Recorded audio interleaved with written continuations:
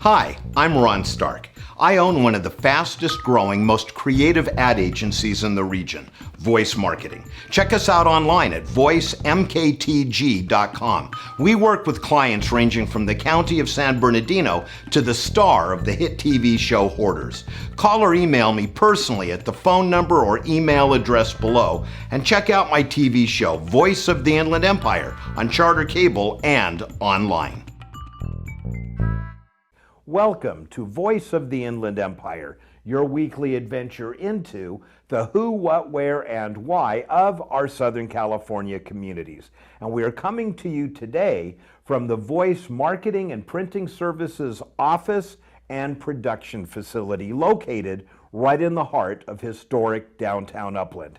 Now, today's guest is a returning one. We are joined by Roger Malinowski, who along with his wife last year took over the Huck Finn Jubilee. It had been dead for a year, and thank goodness they revived it, and first year it was a remarkable event, especially given that it was their first year. Well, we're going to talk about last year's event and what they have coming up this year that's going to make it even bigger, better, and more wonderful. So be sure to stick around for that. And be sure to also visit our website at voiceoftheinlandempire.com, where you'll find a complete listing of all the days and times and locations our show can be seen, as well as an archive of current and past shows that you can enjoy right online. We have a great show coming up for you, so don't go away. We will be right back.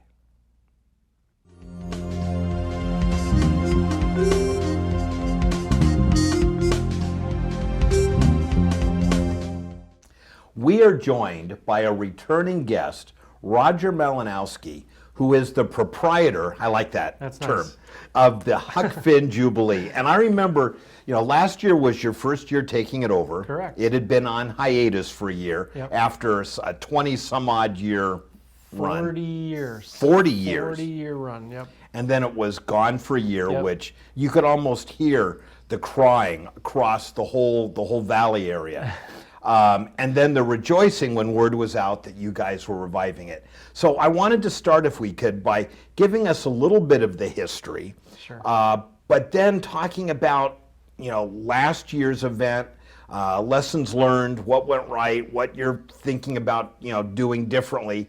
And then when we come back for the second segment, I want to know all about this year's event. Sounds great. So what's the history of the Huck Finn? It's down here at Guastia Regional Park, but it hasn't always been. No, it used to be up in Mojave Narrows. It was up there for, I think, about 35 years. So we're going into our 42nd year, Okay. and this is the second year of our ownership management. But yeah, it lived in the Mojave Narrows. Don Tucker started this in the 70s. Just created this really amazing community of bluegrass music fans that just love getting together and picking and playing and singing and listening to others do it too. So year over year, it just grew and grew and grew. And Don passed, unfortunately, and his family ran it for a year. They brought it to Ontario. Ontario then purchased it and ran it for 3 years. The Ontario Convention and Visitors Bureau. That's right, yeah, that's right. So, and then after a 3-year run of their management, they decided they could no longer support it. So it was actually in that 40th year, 2016, that my wife and I attended and just fell in love with it. So that was your first time attending? Yeah, that's right. I didn't know that. Yeah. So what a story. Yeah. You attend one time, Yes. you fall in love with it. It was that good. Here that has been good. abandoned, Yeah. and then you take it over. Yeah, so yeah, my wife and I, we work for basically an event marketing company. So we know the event world and consider ourselves, a little bit dangerous on being able to do this. And we took a shot at it, and it went really well last year. I think from a production and a experience aspect, it was really great. It was really magical. So. Well, and I can tell you, I've been attending it for years. And the last year that Ontario did it, there were some issues, and I think everyone, even Ontario would admit it wasn't their most stellar year, and maybe that's what led them to letting it go. So you guys taking it over, all of those issues just disappeared. And it was back to being this really fun. So, and I'm really excited about your event. I want everyone to know, tell us about the family aspect. I don't want, people hear music festival and their brains kind of go in all different directions. Well, there's a lot of that going on, right? A lot of different music festivals, yeah. So this one, I would say, it's equally as much a camping festival than it is a music festival. There's fishing, there's RV spots, there's camping spots that you can get. Kid zones. There's a kid zone, yeah. We have activities going all day long for the kids.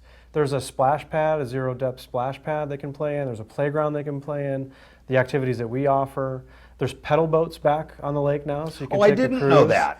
around the lake there. And so it's just it's something for everybody. It's something mom and dad can listen to some great music, have a craft beer or some wine, some food, and the kids can be running around having a really good time in a safe environment where bluegrass just brings out some really great people. So it's a great community. And every year I've gone, it really is a family event. I mean, are there younger single people there? Yeah, there are. But by majority, it's middle-aged, it's larger families, some that have been coming literally for years, travel across the country for this. It's amazing. Yeah, I'm a musician in a previous life as well. I played professionally for 10 or 12 years, and you just realize when you step into a community like that, it's all like-minded people that really love the music and they support it. The thing that we recognize too is that being part of that community as an adult with kids gets a little bit harder, you know what I mean? So you can go to the city-run art show and chalk art or all those different things, and they have a vibe, but they're really about kids, and what they're doing and how they're absorbing stuff. We wanted something and felt like this was an opportunity for the adults to have something that could really enjoy the music, like I said, beer, wine, great food, but there's also enough for kids to do that you don't have to be separate, you don't have to get a sitter. You just come as a family and have a really good time. And it's an enclosed, safe environment. Yeah. And you're right, there's so much to do for everyone. And I especially love the camping element. And whether you're a tent camper, because every year you look at the tent area and it's just solid tents. Yeah. And people set up all around the lake so you can have your tent overlooking the water. Yeah. Or if you're someone like me who's kind of too old to sleep on the ground anymore, in an RV, you've got a whole RV area. That's where it's at. The people on the campgrounds are amazing. We didn't even know that going into this. In 2016, we brought the RV, but we were just there for a day. We had full intentions of returning in 2017 with an RV and more friends, and it was shut down. So all reasons why we're here. But yeah, they're up there until 4 o'clock in the morning, and literally hundreds of people bringing their banjos, fiddles, basses, guitars, singing. It's awesome. So all day you've got, and we'll talk about this more in the next segment, some of the greatest acts in bluegrass.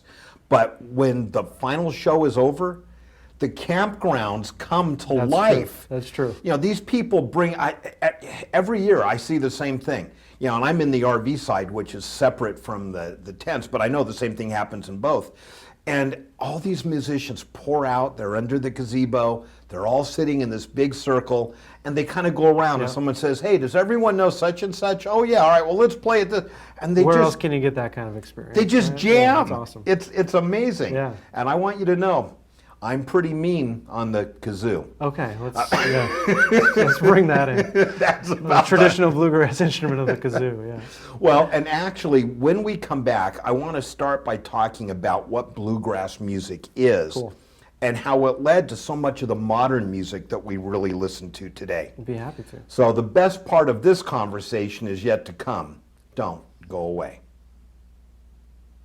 Hi, I'm Ron Stark, known as the voice of the Inland Empire. We've been on the air for almost 20 years, interviewing and discussing important people, places, and things in the IE. Our show was recently covered by Inland Empire magazine. Check us out on Charter Cable or visit our website at voiceoftheinlandempire.com or on Facebook or YouTube by searching Voice of the Inland Empire.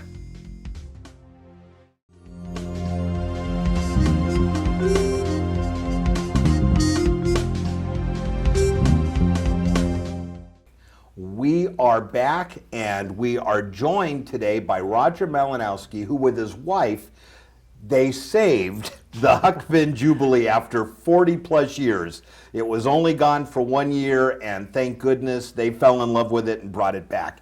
But Roger, for people that aren't real familiar with what bluegrass is, I wasn't the first time I went. It's kind of the origins of a lot of the music that we listen to today. Absolutely. Yeah, I mean, it has a long history for sure, and came out of like Appalachian Mountains, mostly acoustic instruments like acoustic guitars and upright basses, violins or fiddles, you know. And so that music just kind of spread and evolved, and some led to blues and, you know, and furthered that along. Others led to country music, furthered that along. There's gospel mixed in there a little bit. So, you know, I think what we always say is that everybody loves bluegrass, they just don't know it yet. And you know, I've never heard that, but it's true. Yeah. I mean, no matter what genre of music is your favorite today, this is somewhere most likely in its roots. Absolutely. And the music that we have spans traditional bluegrass, or the handful of bands that are doing the tried and true, real, authentic traditional bluegrass, to more progressive stuff, which incorporates almost jazz soloing in a way, or jamming a little bit. Kind of crossover stuff. Yeah, a little bit, yeah. And we do an owner's pick every year as well, where my wife and I really want to hear a particular band. So nice. It may not be 100% straight in the bluegrass genre, but we're very confident that you're going to love it. So we just go for it every year, and they're on the bill this year as well. And I've noticed that there is a range. You know, for people that really are into bluegrass, that know this stuff, I don't. But you'll recognize some names that are very traditional, and like you said, some that are more progressive, a little more crossover, still bluegrass, but maybe a little more modern, not quite as old-fashioned. And then you pepper in some other things along the way. The point being that you don't get bored. Right. You get out there in the morning when it starts, and the next thing you know, it's getting dark, and you've been sitting out there listening to music all day. And like we said earlier, it's as much about the other activities that are available to you. The music can be as much of the experience as you want it to, in a way. If you love bluegrass, you love a particular band or style, you're going to love these musicians. They're all super high caliber, national touring acts, some regional, some local mixed in, but some really high caliber of musicianship. Or take your kid to the park and grab some lunch, or have a beer, or go to the camp yard, you know, like, it's really the experience you want to make it. Well, and what's nice is whether you're sitting there in front of the stage enjoying the performance, the live performance, or walking, you're still hearing the music. Yeah. So it's everywhere. Yeah. So tell us, who are some of your headliners, and what are some of the special events and experiences? And you always have great food out there, and alcohol. I think just beer and wine. We do beer and wine. Yeah, beer and absolutely. wine. VIP has some alcohol available back there, but primarily beer and wine. So, Roger, who are some of the headliners that we can expect to see this year? Yeah, we've got a great lineup this year, including Lindsay Lou, Steep Canyon Rangers, which is Steve Martin's band. No promises that he'll show up. In fact, we're not expecting him, but you just. But I've still heard his band is amazing. You're not going to miss out if he doesn't show. But we've also got California Honey Drops, which are definitely outside the bluegrass genre, like we talked about. But it's almost like a '60s soul revival. It's very fun and uplifting, and families will just love it. If you haven't heard about them, they're great. Railroad Earth is our headliner on Saturday. Our crowd was begging us to bring them on. We did a poll through Facebook, and just overwhelming response for Railroad Earth, so we're super excited to bring them back. And then, what we do on the house party is curate a special show of various musicians together to jam. Oh, wow. Cool. One-of-a-kind show. Yeah. So all these people that play separately are now going to be playing together on a special jam. And you can only get that at the Huck Finn. Wow, that's going to be awesome. That's a moment in time, Yeah, we actually have partnered with a children's organization that's bringing a music instrument petting zoo. So you can come out and learn a little bit of guitar and stuff like that, and they provide instruments for you to learn on. We're doing a kids parade. We have the paddle boats that are going to be in operation again. Food, beer, wine. The park's always open, and camping's great, and fishing's there, and so there's just a lot of stuff to do. No matter what you like, you'll find something to do. So the fishing will be open and going on Absolutely. at the same time. That is so cool. Yeah, so throw a line in the water, listen to some music, and drink a beer. Well, I mean, I guess when you think about it, what else are you going to do at a Huck Finn? Right, that's right. You gotta have them fishing. Exactly, yeah. We should have a fishing derby. No, there you go. Let's do it. Yeah. You might have just created something. I know they used to do that back in the day, so we'll have to bring Well, that and I back. know throughout the year you have to talk to the county, but Guasti does that there. Yeah. So I know the Huck Finn used to do a fishing contest, so we're trying to bring some of that stuff back in a little bit slowly, but it's going to be a great event. So September 27th and 8th this year. September 27th, 28th. Yeah. And if someone, I know you have a website, we want to get that, but Yep. tell us how you can get tickets. I know the camping goes quick, the Yeah. tent and the RV. Yeah, we're getting filled up fast. So the website is huckfinn.com, HUCKFINN.com. 2 M's. And you can buy tickets there. You can buy tickets through Eventbrite. You can buy tickets through our Facebook page, Huck Finn Jubilee. And yeah, everything's going fast. And you can still get 1 day or 2 day. You can get 1 day or 2 day, and the camping actually you can load in Thursday night. So it's 3 nights of camping, but we have 2 nights of formal shows. So the shows are Friday and Saturday Friday and night, Saturday, and then yeah, everyone goes home on Sunday, Sunday, yeah. eventually. Yeah, I know. I'm sure people will hang out and play a little gospel brunch or something. So Yeah. it'll be fun. Because usually Saturday night, you're just enjoying the music so late, everyone kind of sleeps in on Yeah, Sunday. well, we do a curated kind of concert moment too, where all the musicians from the various bands come together and just have a jam session. So that's who always are the a special. ones? Oh, are the Cleverly brothers? Oh, gonna- weren't they great? Yeah. Yeah. Are they coming They're back? Hilarious. Not this year, but they're always welcome back. We just like to try to keep the lineup moving a little bit different, mix it up every Well, year. we had the pleasure of interviewing them last year, and they're nuts. They're And for funny. those that don't know, they're kind of a comedy act. Yeah, they do like modern, like R&B in bluegrass style. It's pretty amazing. Or they'll even do something that starts out sounding very traditional until you start listening closely to the words. Yeah, that's exactly right. Yeah. And they're really funny. They're really funny. So. So I know it's going to be a good mix. So one more time, website, dates. Yeah. Huckfinn.com. Dates are September 27th and 28th. Again, you can camp from Thursday night, Friday night, Saturday night. Make your way out on Sunday night. It's going to be a great weekend. And it's at Guasti Regional Park, which is in the city of Ontario. right. But it's one of those parks that once you get in, you feel like you're miles away. Yeah, you That are. was one of the things we loved. It was like all the conveniences of a city, but there's this great little family music festival going on there, right? And So- if you forget something, which I do every time, you're walking distance to a little convenience store. Absolutely, yeah. So that works out. We ran into that. All right, check it out. We'll be there live, not live, but we'll be taping live on location, and we'll be doing another show following how incredible this year's event went. Roger, thank you Thanks so for much having for me joining back. us. Yeah, I really appreciate your And support. I'll see you at the festival. I'm looking forward to it. Don't go away. We will be right back.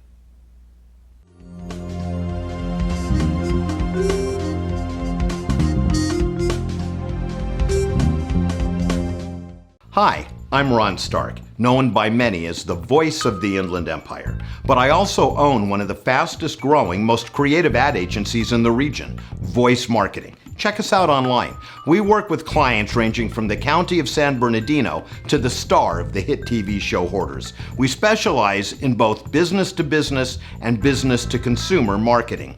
If you'd like more customers, call or email me personally, and let's talk.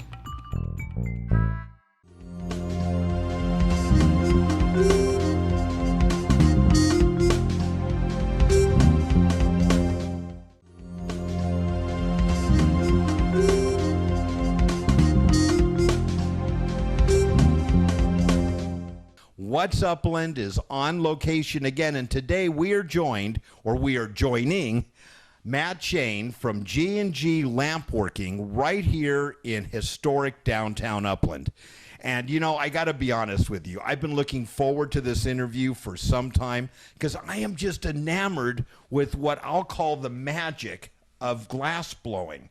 How you guys get the shapes and the colors and it's amazing. So tell me a little bit about your history. What got you into this? Most kids don't grow up going, I want to work with glass. What got you into it, and a little bit about your store here? So originally, I started when I was about 18 years old, looking around, asking as many friends as possible, you know, where can I start doing something like this? And the main reason I started was just because I'm a super pothead. I mean, you can tell by what I make. But, you know, always walk into a shop and I would ask, like, how does this stuff get made? I have no clue. And eventually I met this guy named Chris Clark, who actually is now my manager here at G&G Lampworking.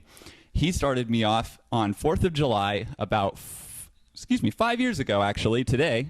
And ever since then, I've just been slowly working my way up this ladder. I've gone to Northern California, Berkeley, all the way up to Seattle, Las Vegas, Colorado, Hawaii, everywhere in between, learning from as many different glassblowers as possible. And then once I was done around up there, because up there there's glassblowers every couple hundred square feet. Really? Compared to down here where it's almost non-existent. So why be a small fish in a big pond? I'd rather be the big fish in the small pond. Absolutely. And have my own shop down here. So I came down here about 3 years ago, opened up my shop, went through as much red tape with the city as anyone wants to deal with, and now we're here. So I see a variety of items. You mentioned cannabis, and I see that you make items for that, but that's not all that you make. Absolutely not. Although I will admit that the smoking devices are the main seller here, we do like to do other things such as goblets, staffs, pendants, marbles. I see some awards. Absolutely. The first place award is for my Chloronica orchid. Sorry, it's a word I made up. It won first place at the non-functional show down at Pacific Art Glass last year in September. Wow. And the third place winner is third place in functional glass art, which means it's a pipe. And it won third place in its functional category. Now, along with making things here, are you just and I don't mean just, but do you only distribute or do you sell? If someone was to walk into the store, could they buy something from you? Absolutely. We sell to anyone who would walk in. Obviously, you need to be 21 or older to buy anything functional. But if you're younger, we will still sell you a pendant or a sculpture piece as long as it's something that, you know, isn't going to come back to bite us. Now, what if I had something in my mind? Could you guys create it? Absolutely. Within reason, of course. There's obviously limits to what we can do. But within reason, yes, we can pretty much create anything your mind can come up with. That is amazing. And I just may do that. I mean, and I'd love to have more time with you in the future to understand how you get the different colors and how they're mixed and blended. And it's just an amazing art form. For anyone that wants to come by and check you out, give us your address, and then do you have a website? I do not have a website at the moment, but we are working on one. It should be ready within a month or two's time. But our address here is 223 North 1st Avenue in Upland, California, zip code 91786. All right, and if you want to get a hold of them until they get a website, visit our website at voiceoftheinlandempire.com, and we'll make sure to get you in touch with Matt and his team. Matt, I'm already thinking about what I'm going to have you custom make for me. Well, I look forward to making it for you. So once you're ready, just let me know, and I will get right on it. I will do that. And thank you for watching another episode of What's Upland.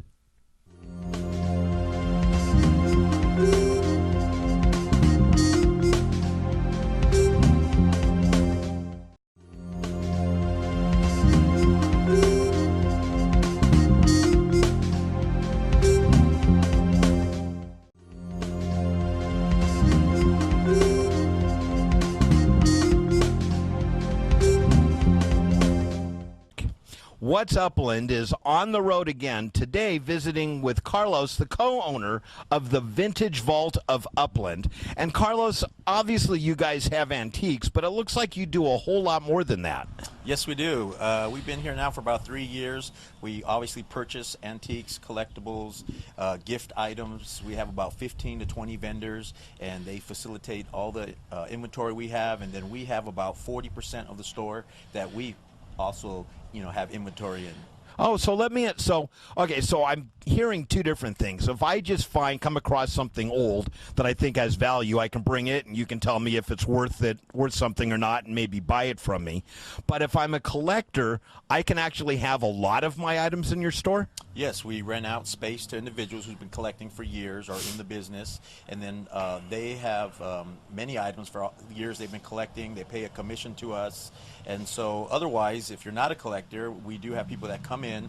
They want something either assessed or valued, and of course, not everything is worth what people want. Or what they think it is. Right. Just because it's old don't mean it's worth anything. Right. I mean, I'm a prime example. Yeah. Well, that makes you, not me. I'm young, so to speak.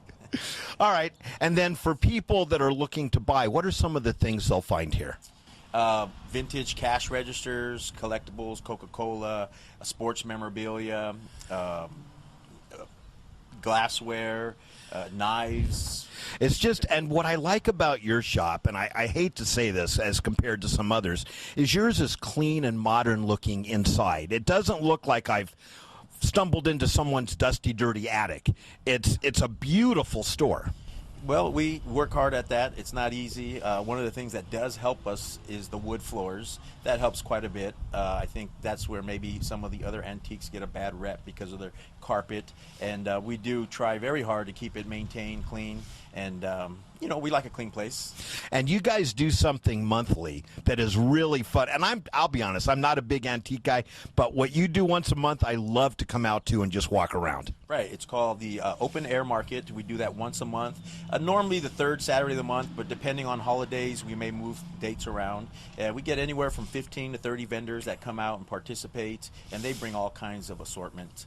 Clothes, glassware, collectibles, houseware, shabby chic, mid-century. Yeah, not just antique. I mean, it's a full range of really cool stuff. Yeah, crafts. Now, if someone wants more information about that event or anything that's going on here, how can they get it? Well, our website, you can go to our website, vaultofupland.com. Feel free to call as well, you know, our home line here. And then I have my cell number on our business cards. People can contact. There's a fee, of course, monthly that we charge for the space. 10 by 20 is the space size. Okay. All right. So whether you've got a single antique that you want to know if it's actually worth anything or not, or you've got a whole house full and you're a collector looking for a place, a beautiful place, by the way, to sell them through, or you're just looking for a nice place to walk through on a beautiful day like today, come on by the Vintage Vault of Upland. Carlos, anything else to say? That's it. I appreciate your time and you coming out, and look forward to watching the video. All right. Thank you all.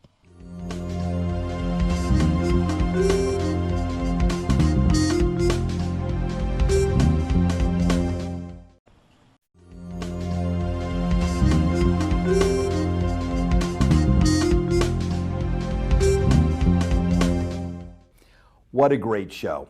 I so enjoyed chatting with all of our guests, and especially want to thank you for tuning in and watching. Check out our website at voiceoftheinlandempire.com for the times and places our show can be seen, as well as catching it on social media or just watching them right online. When you're at our website, click the archive page and you'll see current and past shows, years worth. Hope you enjoy. And while you're at our website, drop us an email. We'd love to hear from you. Your thoughts, comments, ideas, suggestions for guests. Our guests need to be non-commercial in nature and have topics of broad general interest. And once again, we want to thank our friends at TMP Enterprises, our landlord, and our realtor, Diana Kissling. If you're looking to open a business or move a business into the beautiful historic downtown Upland or anywhere in Upland, give Diana a call at 909-264-9227. Again, Diana Kissling, 909-264-9227. So until next time, this is Ron Stark reminding you to be productive, care for your world and the people around you, work hard, find time for fun, but always remember to give back whatever and whenever you can. Until next time, goodbye for now.